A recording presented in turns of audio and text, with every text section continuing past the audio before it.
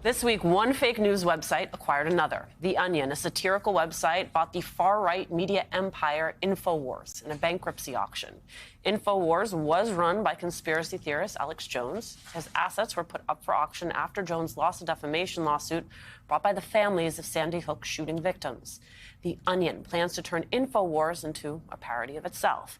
Now, we should note, a judge has paused the takeover while he reviews the terms of the sale. The right-wing media ecosystem, which includes dozens of InfoWars-like groups, played a crucial role in Trump's re-election. Now he has an emboldened army of online influencers poised to be a mouthpiece for a second administration.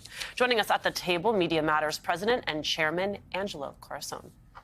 Angelo, I mean, you watch a lot of... I do. A lot of, you've watched a lot of Trump, a lot of Alex Jones, right?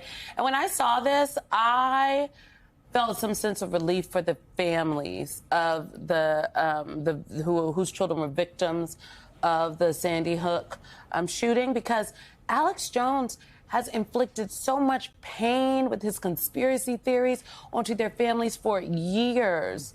Your take on this? Yeah, a couple things. One, I felt good for the families, right? Say, wow, they finally have some measurable degree of accountability. They're not going to get all the money that they deserve, but he won't be able to operate under the banner that he spent, 25 years building. And that alone is significant because it feels like a symbolic victory. But beyond that, as he acknowledged, it disrupts his ability to continue his program. Now, he'll do something long term, but he's going to have to adapt and change. And losing that foothold is a hit. And that's sort of what they were looking for, was a way to diminish his destructive potential to do this to other people. So that felt good right away. Yeah. The videos, though, right now that he's putting out, is he putting them out under InfoWars? He's not. Okay. Now, temporarily, he'll be able to for a little while the judge halts this and they review this, but he's been putting it up under a new banner, a new news network that he's launched. So it ain't stopped. So two-parter. One, why, what's to review? I mean, this was duly adjudicated. A decision was rendered. The judge in the case said, okay, this is what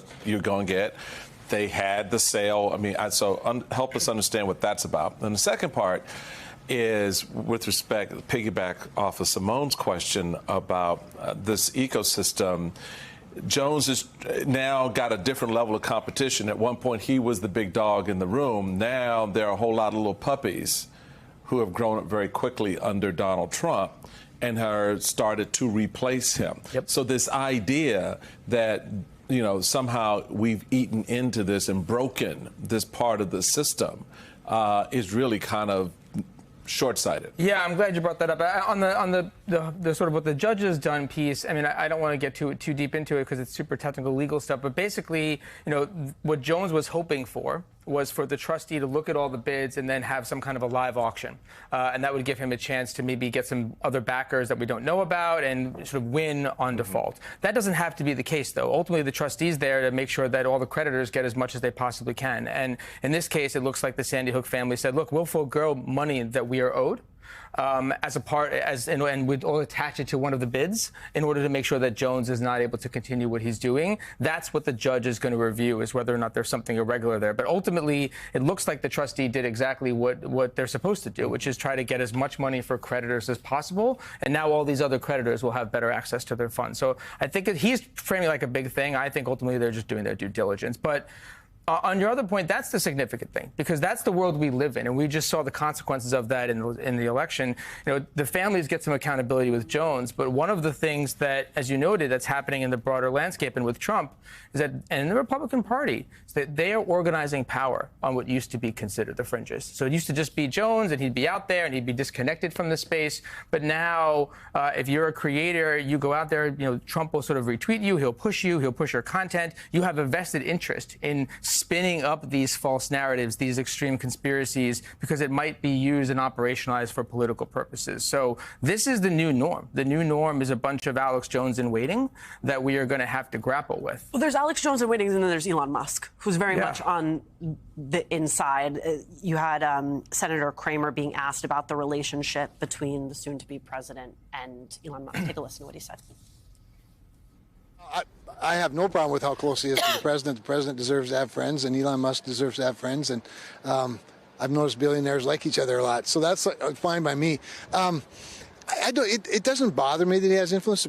President Trump, first of all, is pretty much his own man. I think he's proven that. And you need advisors, but no, it doesn't bother me. People's influence, as long as it's legal, as long as it's ethical. Yeah, that's the tricky part. Allegedly, again, I believe we'll get the NBC News reporting on this. Hello standards. The meeting with the Iranian ambassador that Elon Musk did, he was on the phone when Zelensky had a conversation with President-elect Trump. He independently was speaking to Vladimir Putin because Putin was calling him about, on behalf of his other friend, Xi, Putin's friend Xi, i.e. President Xi of China. Is it legal? Is it ethical? I think the bigger thing, the question for me is maybe. Probably it's legal, right? There's a lot of fine lines there, but the question is it okay? Is it what we want? Do we want someone that already has so much power, money and influence, not just his own resources, but now a social media platform that has the ability to radically shape the lens through which so many people see the world? Do we also want them in the room with unaccountable checks? That's the problem here. Can I ask you a sort of a consumer-focused question? Sorry, Okay. which is just like, if someone has an X account right now, given that they're changing terms of service, like, what are you telling your friends about whether or not they should maintain an X? Well, Elon Musk is suing me, and so personally, as well as Media Matters, and so I have to be very careful what I tell my friends because they could end up getting dragged in some way, and that's sort of a real challenge. What I tell them is that they selected a district to where they're going to have these cases, and that Texas. we should be careful and mindful about that. There's a reason why, and that ultimately, whether they want to be a part of that fever swamp or they think they're at risk, I think they should take it into account. And I tell them that I'm using other platforms increasingly as a result of that because I want to reduce my risks and vulnerability. Because this is somebody that has enormous resources, that's also made it clear that they will target their critics in significant ways, not just to smash them, but then to create deterrence for others. So I would say be very careful, be mindful that there's a real risk in using the platform, and then you will be targeted for it. And they see my life and how much it's been disrupted over the past year, and I think that they probably have learned that lesson without even saying anything. I had something I was going to say, but I'm just going to leave it there because I think your statement just sums up the problem we have with this bro culture that's formed around Trump, that everyone needs to be aware and prepared for what's about to come. The platform for free speech ain't free, folks, because there are apparently a lot of lawyers out there waiting for you.